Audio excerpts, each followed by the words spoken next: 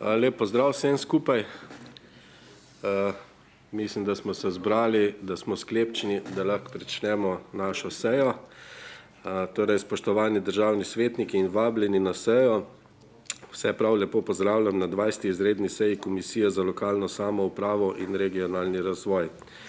Ugotavljam, da smo sklepčni in zato lahko pričnemo z delom. Obveščam vas, da v skladu s 24. členom poslovnika državnega sveta državni svetnik Ladislav Rožič nadomešča državnega svetnika Oskarja Komca. Prehajamo na dnevni red. S sklicem izredne seje ste prejeli predlog dnevnega reda. Imamo eno točko, predlog zakona o spremembah in dopolnitvah zakona o spodbujanju rabe obnovljivih virov energije, skrajšan postopek. Vkolikor ni nobenih predlogov za umik ali razširitev dnevnega reda današnje seje, predlagam, da potrdimo predlagan dnevni red. Na glasovanje dajem torej predlog dnevnega reda, kot ste ga prejeli s sklicem izredne seje. Kdo je za? Soglasno. Kdo proti slučajno, če sem spregledal, ni. Ugotavljam, da je dnevni red sprejet. Prehajamo torej na prvo točko dnevnega reda, seja komisije. Predlog zakona o spremembah in dopolnitvah zakona o spodbujanju rabe obnovljivih virov energije, skrajšani postopek. Predlog zakona je predlagala vlada in je objavljen na spletni strani Državnega zbora. Med nami še enkrat pozdravljam vabljene k tej točki. Pri točki sodelujeta z Ministrstva za infrastrukturo, generalni direktor Direktorata za energijo, magister Hinko Šolinc in gospa Mirna Tomažič. Najprej vabim predstavnika predlagatelja zakona, generalnega direktorja Direktorata za energijo, magistra Hinka Šolinca. Zagovornico bi prosil, če pridete, zaradi snemanja.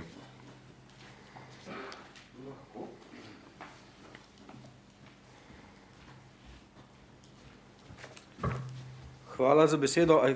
Se sliši, ali kaj zaprižgati? Hvala za besedo. Lepo pozdravljeni v imenu ministrstva, v mojem imenu tudi.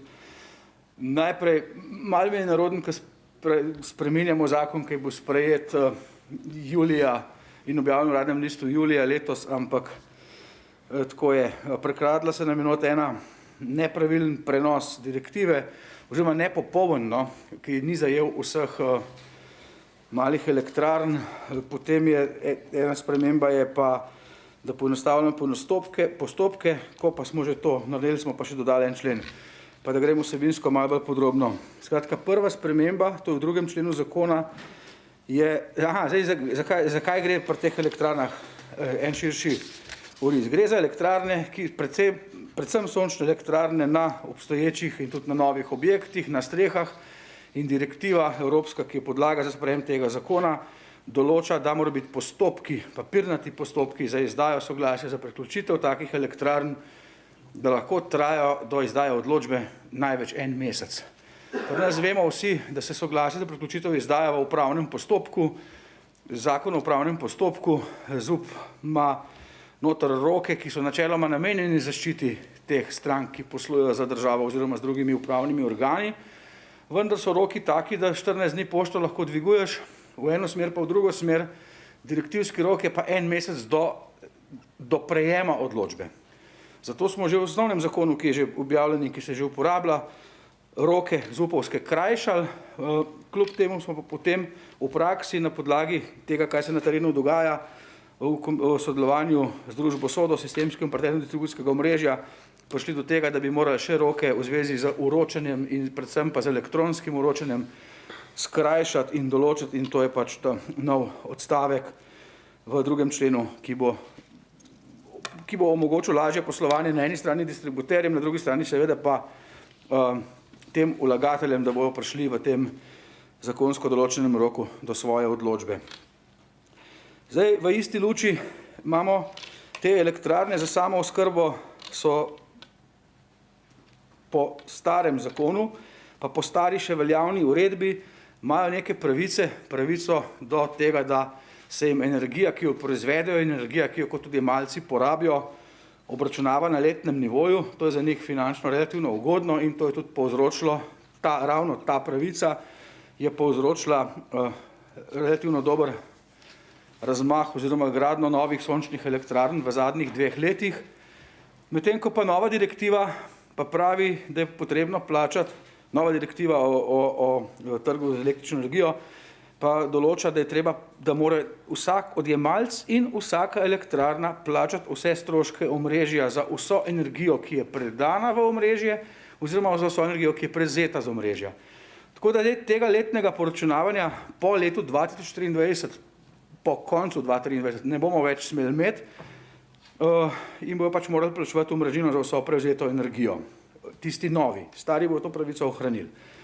In s tem, da ne bi zdaj razvoj oziroma razmah sončnih elektrarn zamrl v letih 2022 pa 2023, smo takrat tako odločitev napisali, je bila tudi sprejeta in se je tudi uporabila v tem hipu, da do konca 2023 lahko vsi, ki delajo sončno elektrarno za samooskrbo, vstopijo še v ta relativno ugoden režim po stari uredbi, ki ima podaljšano veljavo do konca 2023. V novem zakonu, taka je danes sprememba na mizi, ni pa še uredba izdana po novem, pa te pravice ne bo, tega letnega poročunavanja in bomo pač na neke druge načine s spodbudami poskušali doseči, da bodo ljudje še vedno delali sončne elektrarne na svojih hišah. V novem zakonu imamo pa en člen, ravno to, kar sem govoril, 30 dni do odločbe in pa postopek, tako imenovani postopek enostavne vloge, da pač hitreje pridejo do papirjev in potem tudi fizično do priklopa za svojo sončno elektrarno. Napisano smo imeli pa tako narodno, da za une, ki še po stari uredbi vstopajo, ta pravica hitrega priklopa oziroma hitre izdaje odločbe ni veljala. In to zdaj spreminjamo s 3. členom tega zakona, ki je danes na mizi. In ta pravica izhaja z direktive, tako da tukaj je bil v bistvu po nesreč nepravilen prenosno. Ni bil nepravilen, nepopoln, veljalo je za ene, ne pa za vse. 3. sprememba pa ne izhaja z direktiv, ne izhaja z tega, kar bi kaj narobe naredili, ampak ker že zakon odpiramo in na našem ministrstvu imamo, na našem direktoratu za energijo, načeloma spodbujamo obnovljive vire energije in pa povečanje energetske učinkovitosti. Naši kolegi na drugem direktoratu za trajnostno mobilnost in prometno politiko, pa spodbujajo različne oblike trajnostne mobilnosti in vse, kar sodi v naslov energetske učinkovitosti prometu, alternativnih goriv v prometu, vseh teh ukrepov ne moramo dati pod naslov energetska učinkovitost ali pa obnovljivi viri energije. Tak primer, kaj ne sodi v to, kar zakon o obnovljivih virih energije pokriva, so na primer fosilni plini za uporabo v prometu, stisnjen zemeljski plin, utekočinjen zemeljski plin. Vemo, da ta goriva plinska v prometu imajo boljši izkoristek kot bencin pa dizel, imajo manj emisij delcev, imajo tudi nekaj manj emisij CO2. To kot država bi želeli spodbujati, celo kolegi na drugih direktoratih na naših ministrstvih imajo na voljo proračunske postavke, da bi to spodbujali za avtobuse pa kamione, predvsem govorim, nimajo pa pravne podlage. In takrat, ko smo zakon o obnovljivih virih ta prvič delali, ki je bil junija sprejet, smo mislili, da bojo kolegi uspeli en svoj zakon o alternativnih gorivih že pripraviti in sprejeti približno istočasno, ker se s tistim zakonom zapletli in ga še danes nimajo, tega imamo pa na mizi odprto spremembo, smo noter dali, da lahko družba Borzen, ki izvaja gospodarsko javno službo Centra za podpore po zakonu o obnovljivih virih, smo dali noter določbo dodatno, v 1. členu tega zakona, ki je danes na mizi, te spremembe, da lahko družba Borzen poleg nalog, ki so gospodarska javna služba po zakonu o spodbujanju obnovljivih virov energije, da lahko izvajajo tudi druge naloge in je določen, na kakšen način jih lahko izvajajo. Naloge spodbujanja različnih ukrepov v prometu, določeno je, da oni samo ta denar razdeljujejo. Pride pa ali iz proračuna, z ministrstvom se sklene pogodba in to je to. To je opis teh členov, dobili smo tudi mnenje Zakonodajno-pravne službe Državnega zbora, s katerega bosta izhajala dva amandmaja, eden o ločenem računovodskem, da mora ta denar ki ga bo Center za podpore delal na podlagi tega dodatnega člena za spodbujanje različnih ukrepov v prometu, da mora zato ločene računovodske izkaze voziti. Ta amandma bo pač sprejet. To smo nekako mislili, imeli smo v obrazložitvi nekje v istem členu, v enem drugem delu je o ločenih računovodskih izkazih določba, ampak je treba izrecno napisati, da morajo tudi za ta del še posebej ločene. To je to. Približno na kratko. Hvala.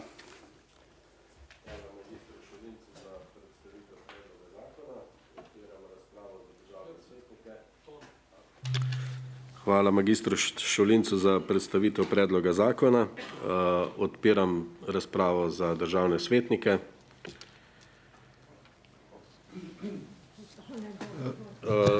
Za govornico, lepo prosim.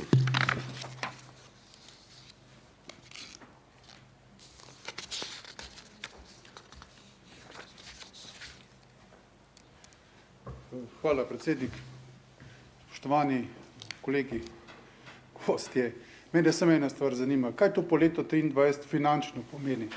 Pač nisem tukaj seznanjen s to problematiko in me ta direktiva, verjetno ste rekli, da bo kar prizadela določene nove uporabnike po letu 2023, glede omrežnine, pa me zanima res, kaj to pomeni in v bistvu na kak način planirate te zadeve anulirati. Hvala. Hvala kolegu Rožiču za vprašanje. Ima še kdo? Kolega Velov.